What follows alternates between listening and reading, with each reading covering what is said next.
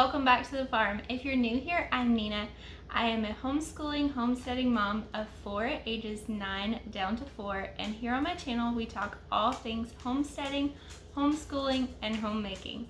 Today's video is a Q&A video with Daniel, and we are answering all your questions that you left on our first year in the YouTube World Celebration video.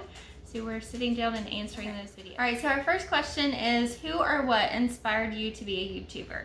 I think it was just a collective group of people that I was watching on YouTube when I was first trying to figure out what the homeschooling world entailed. There were several people, A Farmhouse Full, Rooted in Rest, Angela Braniff, were several that just kind of were good people that inspired me into becoming more, trying to get into homeschooling, I guess. And I just felt like the more I got into it, that I could have things to offer to other people that might be interested. And not everybody has a family like we do or like other people do. Everybody has to kind of glean from a lot of different places, so I just felt like I could have something to offer, and then also just being able to share kind of our daily life and what we did, and being able to document that for our kids to be able to go back and watch, and doing that in the homeschooling world also, as well as in doing it into the homesteading world as well. We're working towards getting more homesteading stuff into the mix and not just being homeschooling. But okay, so the next one is, how did you and your husband meet? Who courted, and at what age did you get married? We originally met in about kindergarten.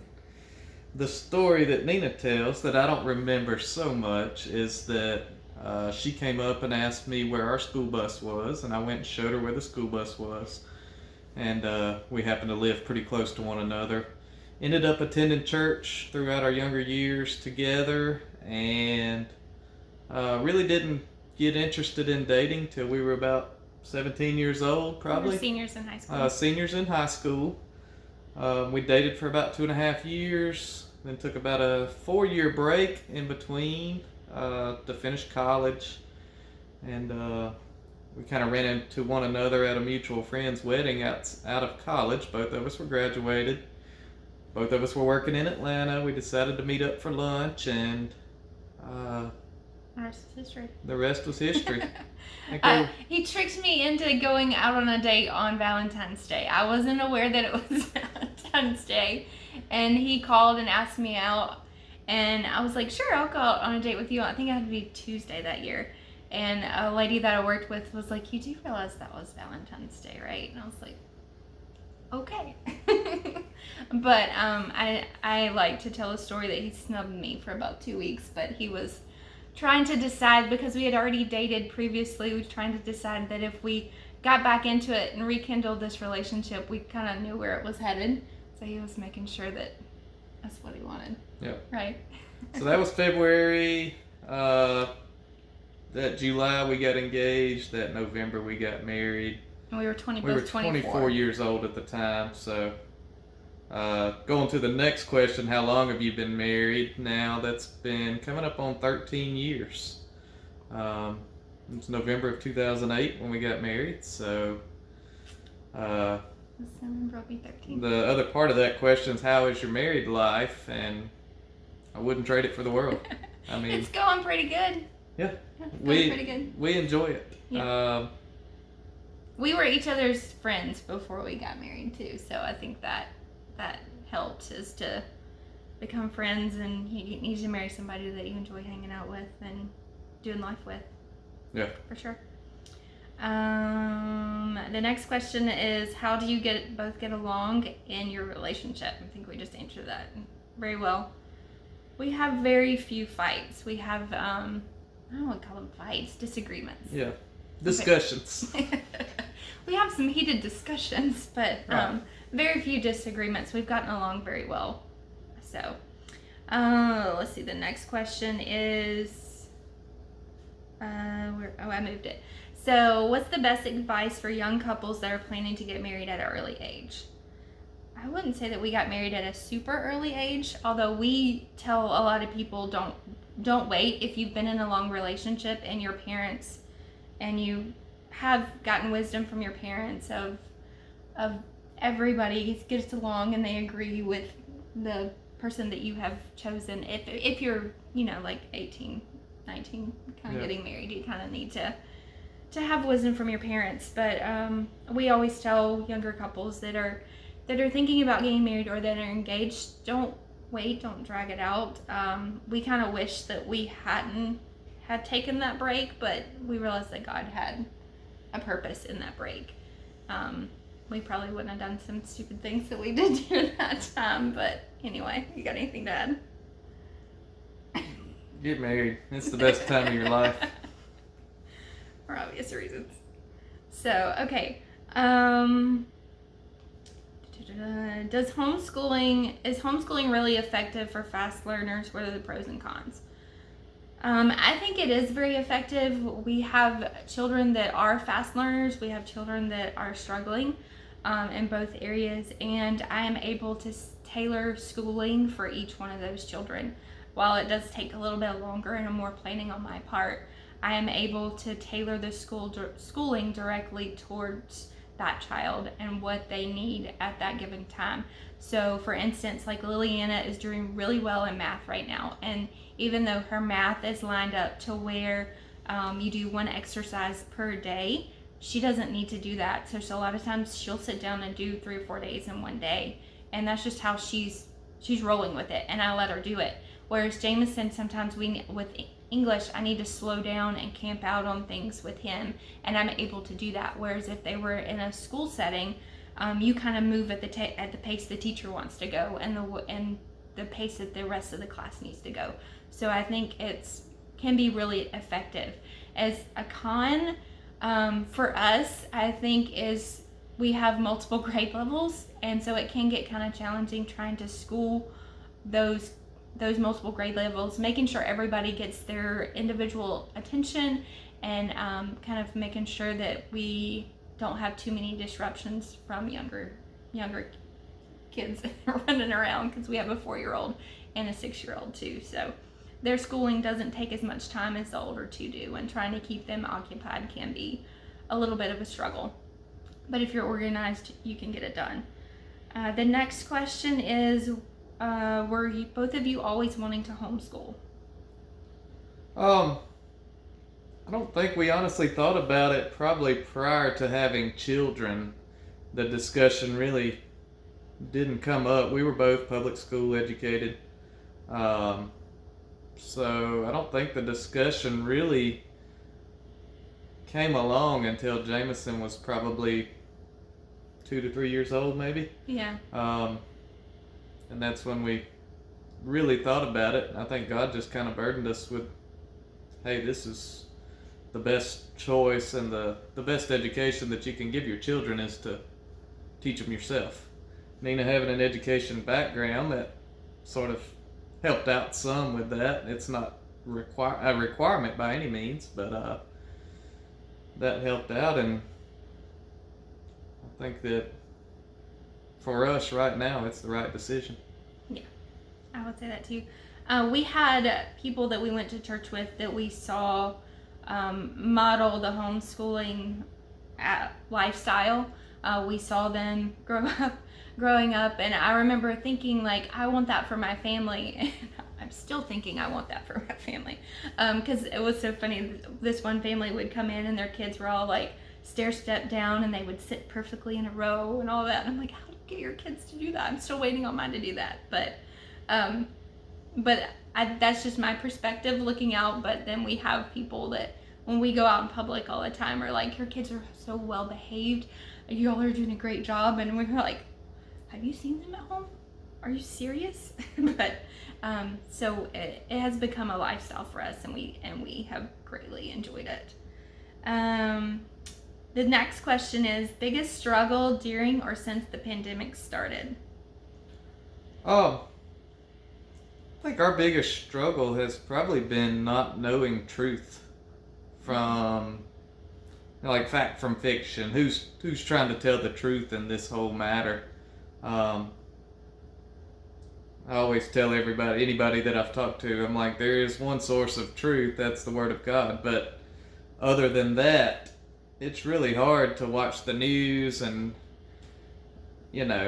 the conservative types may watch a Fox News, the liberal types may watch CNN or something like that. We kind of float somewhere in the middle of those type things. I listen to talk radio from time to time. I read some news articles and various things like that, and there's so many different stories of things that we just really struggle to find truth in any of the information that we're hearing about the pandemic. Personal accounts from people that we know that have been through things differ from the stories that we've heard. Mm-hmm.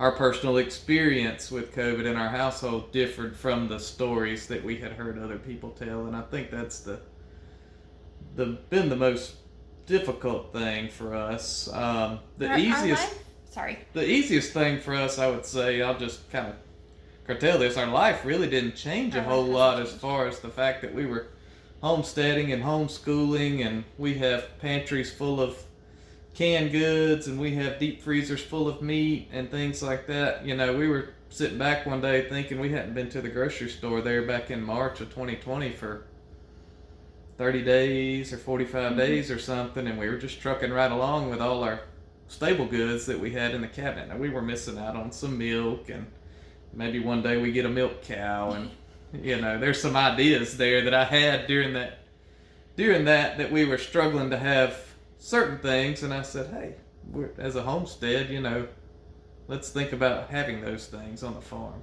Mm-hmm. But yeah, because we already homeschooled, we weren't dealing with the fact that our kids were having to do something different, and then we had to figure out what to do with them.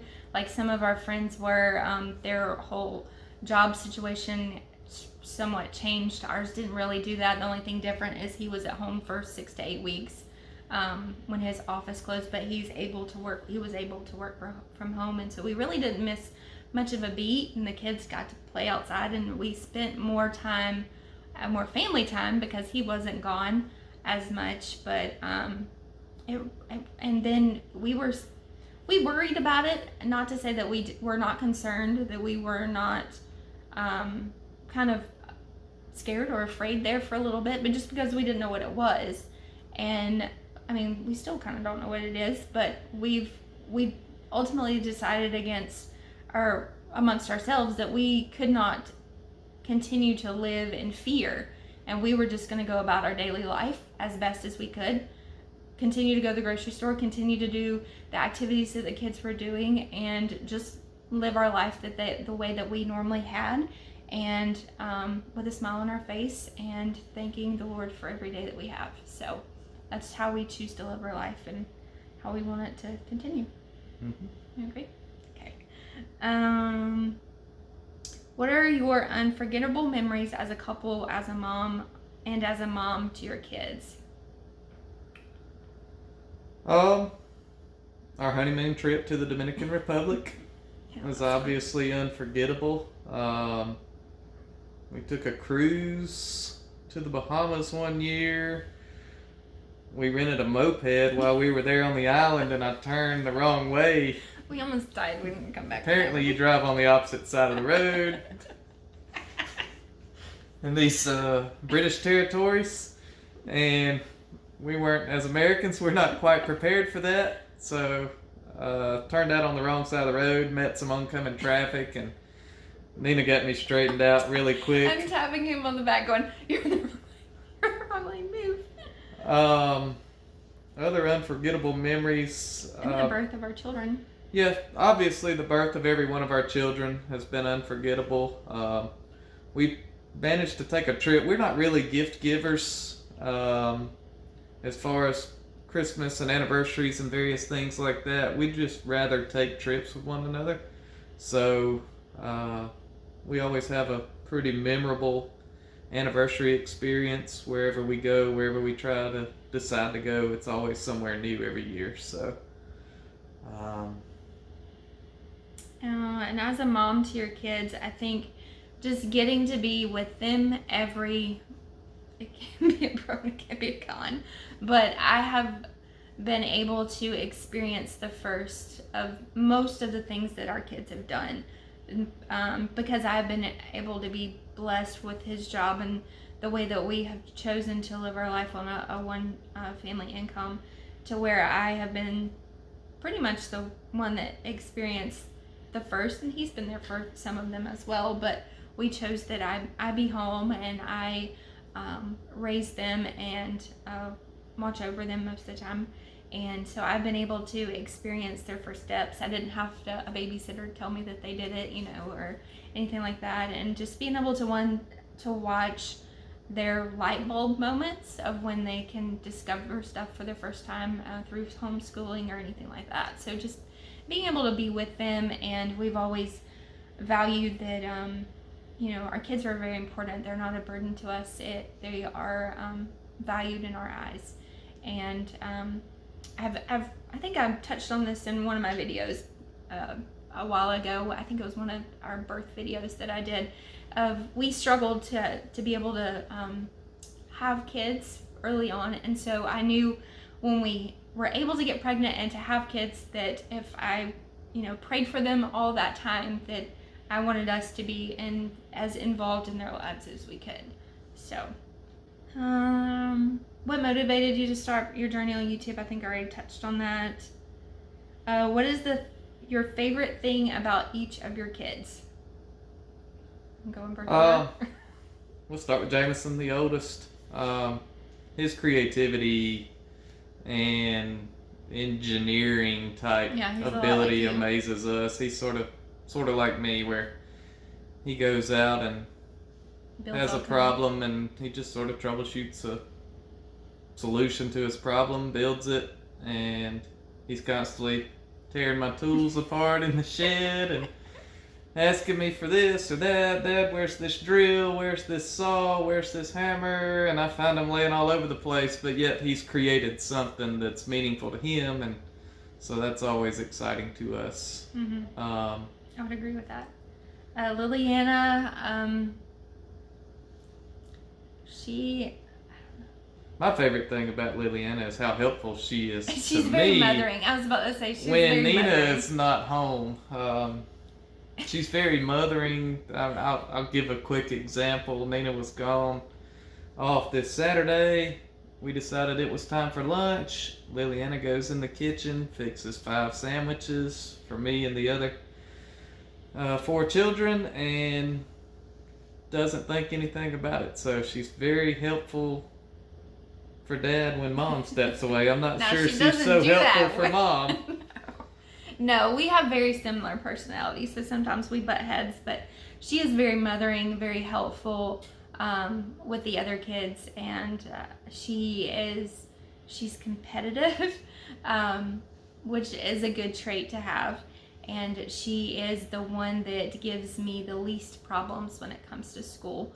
So she's just very go with the flow too, as far as that goes. Now Amelia, she is the lovingness little child. She's my Klingon. I have to, okay, I've had enough touch time. I think her love language is personal touch, but she's very loving and is always there to bring a smile to your face, for sure. Yeah. She's always concerned about everybody's well-being. Benjamin, he's Mama's boy, so he's my tractor man. Benjamin loves John Deere tractors. Yeah. He will sit and have a conversation with you for hours and hours on end about a John Deere tractor. He's his mini-me, for sure. And he can make any noise, any animal noise, tractor noise, anything that needs to be done, he can make it, for sure. The next question, what's your greatest challenge as a couple? The scariest moment as a couple was probably Jameson's birth. Our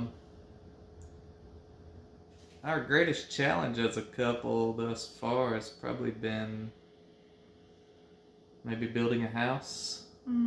We're thinking about coming up on that again, so Yeah. that's kind of why I think we're postponing that process. Right. Is we know we've already been through that one time. It was a very Mhm. small house. It was actually an apartment kind of thing inside a barn. So I was also pregnant too when we were doing that. I think they're called barn dominiums these days. We may have invented those, but yeah, she was pregnant with our first child, so We were everything trying to get out of the house that we were in because it was way too small for bringing a baby home too. Yeah. But yeah, that was probably a challenge. I can't think of anything else. Yeah, I don't really Any have other anything thoughts? else right now. What are your thoughts on homeschooling a single child? So I'm assuming that would be like an only child. I think it can work. I mean, you can make homeschooling fit your lifestyle for anything. I think there's challenges with one child versus multiple kids. Of course, dividing your time amongst multiple kids, so you wouldn't have that. If you had an only child, you would have more time to be able to devote to doing. Sometimes we don't do all the projects in our curriculum just because I don't have time for it, and trying to get making everything on everybody's level.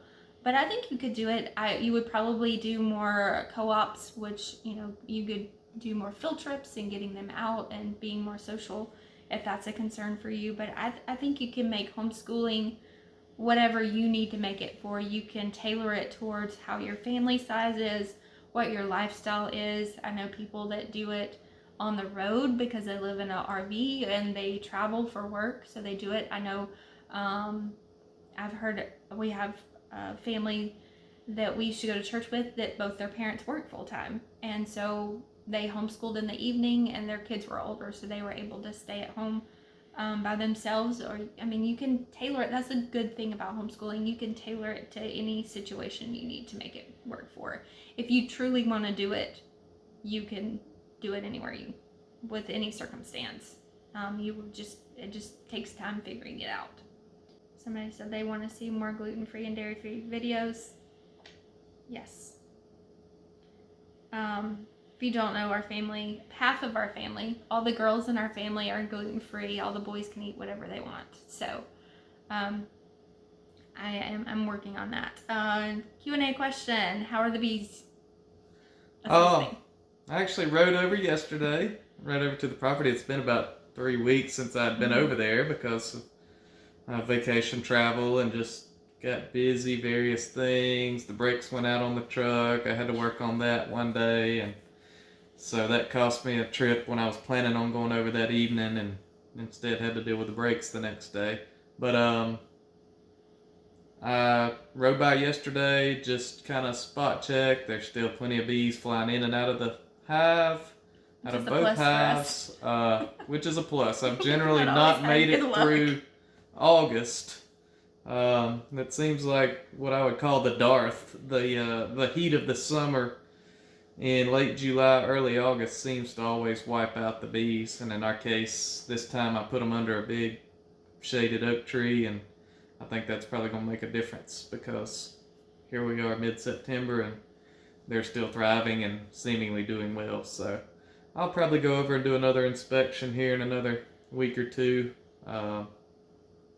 But right now they're still doing okay. Yeah, I think we're going to let them have their honey through the season this time. Hopefully next year. I ever have people ask me all the time because the 1 year we had honey was 3 years ago? Yes. I sold out of the honey that we had in less than 24 hours because people wanted it that much. And every year since, I've had people like, do you have honey this year? And I keep having to tell them, like, no, we keep losing our bees. But we're hopeful that we're going to let them keep the honey that they made this year, and hopeful that next year we'll be able to have some honey to sell to some local people. So the next question is, how did you find your curriculum? How and where do you find good, wholesome Christian books for your kids to read? Our curriculum, we've gone to the Teach Them Diligently homeschool conference. I've gone just about every year for the last 4 years or so.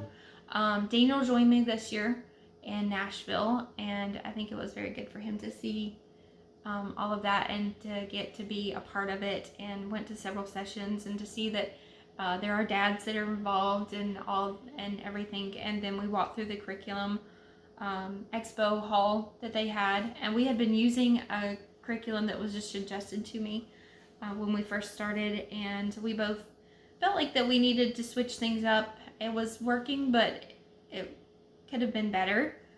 So we landed on master books. Just felt like it was more focused towards life, and then it also brought God and wove that all through all the curriculum. So that's kind of how we landed on what we're doing. We take it year by year and just see if it's still working. If it's not, then we reevaluate it and try to figure out what else best would work for our family. We try to do several things as a family. Our science, our history, and our Bible are all done as a family, so we try to tailor that towards kind of hitting the middle of our age ranges. And then we go individual subjects are math and language arts, so those are on grade level. And then where do we find wholesome Christian books? I honestly just probably look at Goodwill. There's a lot of book lists out. My Father's World was a curriculum that we were using. It had extensive book list in the back of that curriculum, and so I would take that with me. I would go to Goodwill and just kind of peruse through there occasionally. We have lots of Usborne books. Those aren't necessarily Christian books, but we do try to kind of look through things and make sure that they line up with values that we want our kids to learn and to hear, and just kind of keep on top of things that we bring into our home. Christianbook.com is a good place to get some books if you need it. There's lots of places where you can find secondhand books, aid books, thrift books, but not really one place specifically for Christian books. Master Books is a good place if you're looking for, I haven't found much of younger age range books there, but if you're looking for older range books, that would probably be a good place to look as well. Where do you and Daniel see yourself in the next 8 to 10 years? I think I definitely see us expanding our homesteading operation once we get over on the new property. We've already talked about starting with a herd of beef cows, developing fruit trees, and a possible vineyard, a large garden area, just to kind of become even more self-sufficient. Expanding the bees. Yeah, expanding the bee operation, just doing as much as we can to become as self-sufficient as possible, and try to limit how much money we're spending in the grocery store. Right. Probably continuing to homeschool. By then we will hopefully have graduated one already. But we take it year by year just to see like what our plans are going to be, if it's working for each of our kids, whether we need to continue to homeschool or not. But in the current climate of the world, I don't see us stopping. I see us still homeschooling. Hopefully we might still be over there on that property, although we tend to move every 2 to 3 years. But we're hoping that this property that we purchased back in the spring will be our forever home, if not our home for at least the next 10, 15, 20 years or so. And hopefully we'll have a house built by then. Yes. In a barn. So, and maybe have him out of Atlanta. That's kind of one thing I would like, for him to not have to drive to Atlanta to work all the time. But we're working on getting more financially stable for that to happen. So, how did you get into homesteading? I have a degree in agricultural education. His granddad farmed cotton and all kinds of stuff. My great grandfather had cows, so we were in the farming community, if you want to call it that, pretty much our entire lives. We kind of had a mind shift. 11 years ago when I got diagnosed with becoming gluten-free. We did more research as to seeing like kind of what causes all of that, and then that's when we decided that we kind of wanted to move away from having everything bought in the grocery store and be able to start growing our own food, and not necessarily organically, but just so that we knew that where our food was coming from, try to buy local where we could. And so we've just tried to expand it every year since we've started. This year is probably the first year that we've kind of scaled back because we have moved earlier in the year and just didn't have space. But we're hoping once we get moved over to our property that we will ramp things back up. And I don't see us ever having hogs again, but hopefully be able to buy from somebody local for sure. So, anything you want to? I don't think so. I think it's definitely something that. And we like the old way of life, of doing things the way that our grandparents did, sitting around in the summer, shucking corn, canning, just kind of things that our grandparents instilled in us, things that you don't really see people our age doing anymore, that we want to pass on to our kids. I can remember growing up sitting in my grandparents' house with a bean pan in my lap, snapping green beans, shelling purple whole peas, going home with solid purple hands that stayed for 4 or 5 days, and having to explain to other people that saw your hands that you were shelling peas, and the kind of look of puzzlement on their face a lot of times when they're like, "What is that? You know, what is shelling peas?" But it's something that I always knew I wanted to continue on into my life and be able to pass down to my children. I saw the way of life as being a lot simpler way of life, and also just a lot healthier way of life, I think. We talk about it all the time. Her grandmother grew up on that same farm and homesteading lifestyle and lived 97 years. I had a grandfather that grew up a great-grandfather that did that all the days of his life and lived 96 years and just seemingly didn't have a lot of health problems and that sort of thing going on. So we're doing things a little bit differently than even like my grandfather's generation would. He's what I would call conventional farmer. He grew up row crop farming, and we've gotten into more bio-intensive type gardening to eliminate weeds and various things like that. We try to be sustainable with what we're doing and leave the ground better than we found it. Yeah. And not deplete it is what our goal is in trying to do it. And we also count our homesteading as somewhat of a ministry as well, because it's brought people to us that have bought animals or beef or different byproducts that we've had, that we've been able to minister to them.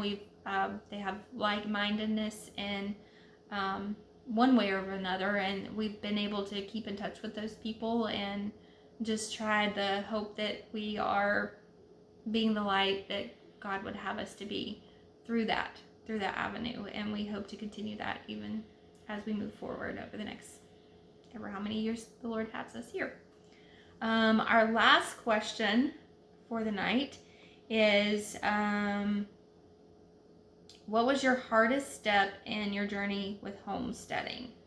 To me, cost is probably always the biggest limiting factor of anything that you want to do. I realize growing your own food and stuff like that should be relatively inexpensive, but you need tools to work the ground, so you got to go out and buy some tools. You need a plow or a tiller or various things, and you can use the good old-fashioned shovels and hoes and various things like that, but there's a lot of upfront costs that we ran into that sort of